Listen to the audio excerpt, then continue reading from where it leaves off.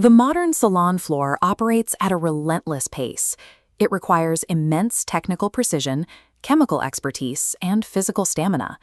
But the educational pipeline supplying these professionals is quietly collapsing. This chart tracks national education data from 2020 to 2024. Student enrollment in beauty school programs surged by 22%. Over that exact same 4-year period, the pipeline for new licensed instructors expanded by only 3%.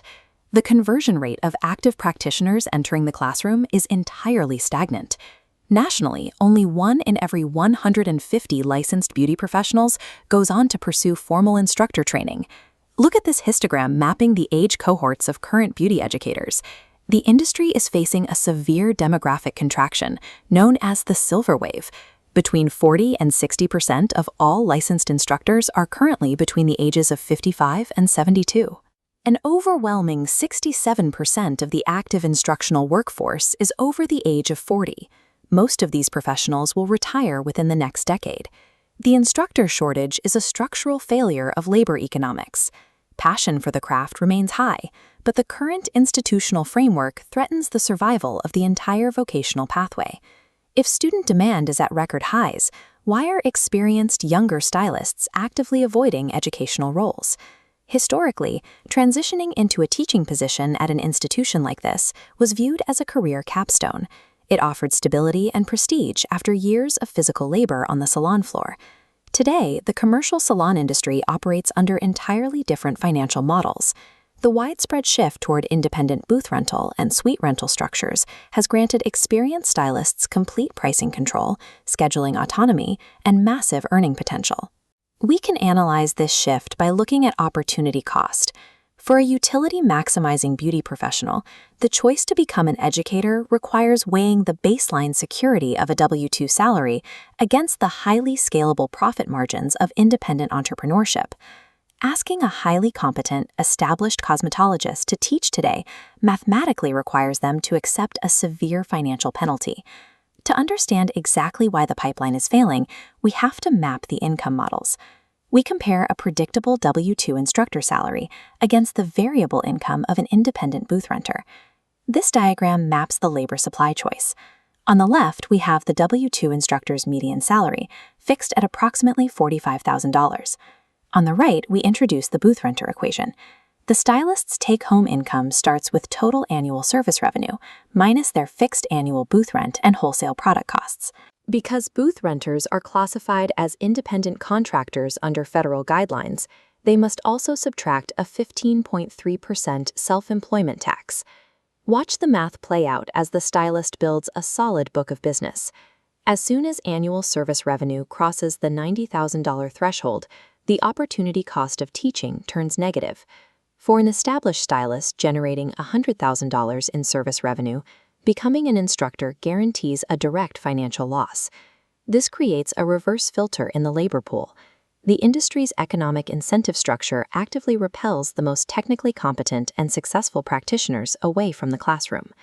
But what about an older practitioner willing to accept the pay cut for a less physically demanding schedule? Even then, state governments actively block their transition through occupational licensing laws. Occupational licensing is rooted in state police power, designed to verify minimum competency in infection control, chemical handling, and tool safety to protect public health. This cascading flowchart maps the current licensing pathway in the Commonwealth of Kentucky, a state experiencing an extreme shortage of specialized instructors. The barrier to entry begins with 1,500 hours of basic cosmetology training. That is followed by a mandatory 6-month post-licensure salon apprenticeship. To even qualify for educational training, the stylist must then work actively as a licensed practitioner for a minimum of 1 year. Finally, the state mandates an additional 750 apprentice instructor hours just to secure the legal right to teach. This multi-year, heavily layered requirement requires intense time and financial investments, acting as a massive deterrent to younger, digital native professionals. Layering thousands of arbitrary training hours creates a rigid economic barrier to entry. While clinical safety is the primary goal, these compounded requirements operate as a deterrent rather than a practical health safeguard.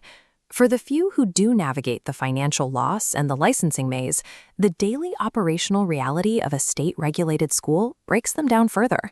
Instructors are required to meticulously log thousands of clinical service hours to prove student licensing eligibility. In many jurisdictions, they are forced to do this using physical paper quota books, manual stamp sheets, and standalone spreadsheets.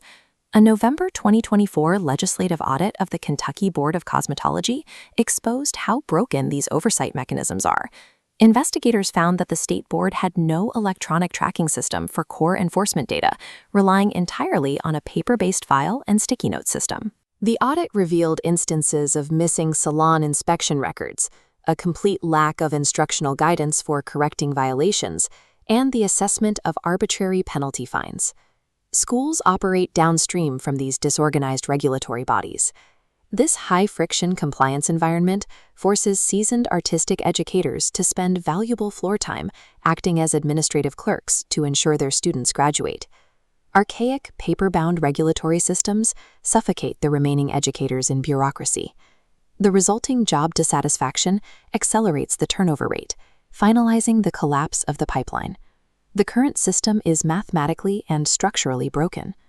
Rebuilding the instructor pipeline requires redesigning the regulations without compromising consumer protection. This balancing scale illustrates the core tension regulators face, weighing public health and infection control against workforce mobility and recruitment. The traditional hour-based model fails on both fronts. It frequently causes overtraining in low-risk tasks, forcing students to repeat basic roller sets just to run out the clock, while limiting their hands-on practice in complex, high-risk chemical procedures. The policy solution is competency-based education, or CBE. This model completely abandons rigid hour quotas in favor of demonstrated objective skill mastery. Look at this CBE rubric. Rather than logging the time a student spends in a chair, an instructor evaluates objective performance criteria. A student must correctly execute specific infection control and chemical safety protocols a set number of times to advance. This isn't theoretical. The United Kingdom already utilizes a similar endpoint assessment framework, relying on structured, independent observations to validate professional mastery before a license is issued. Shifting to strict competency verification allows states to abandon arbitrary hour counts. This radically reduces recruitment friction for new instructors, while maintaining a higher, verifiable standard of public safety. There is one immediate logistical hurdle to this solution. Implementing rigid, competency-based rubrics across hundreds of students demands a massive increase in grading and assessment time for already overworked instructors. In 2026, the Canyon School District in Utah piloted an AI-assisted video evaluation tool in its career and technical education program, demonstrating a practical application of technology to manage the administrative workload. The workflow is precise. Students record short videos of their hands-on technical procedures, adhering to strict lighting and camera angle guidelines. This interface evaluates the footage frame by frame, comparing the student's technique against state rubrics to generate a draft assessment. The results were dramatic. Feedback turnaround dropped from a week to a day. Students received highly specific, behavior-based corrections tied to exact video timestamps. It is important to note that the AI does not issue grades. It serves purely to draft the assessment.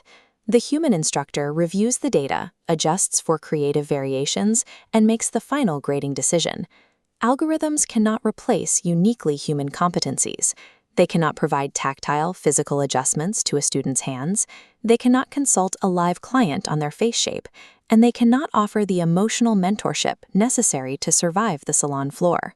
By utilizing competency-based education to eliminate regulatory friction and deploying targeted AI to automate administrative burdens, we restructure the economics of the profession. We lower the barriers to entry, streamline compliance, and make it financially and practically viable for master stylists to return to the classroom.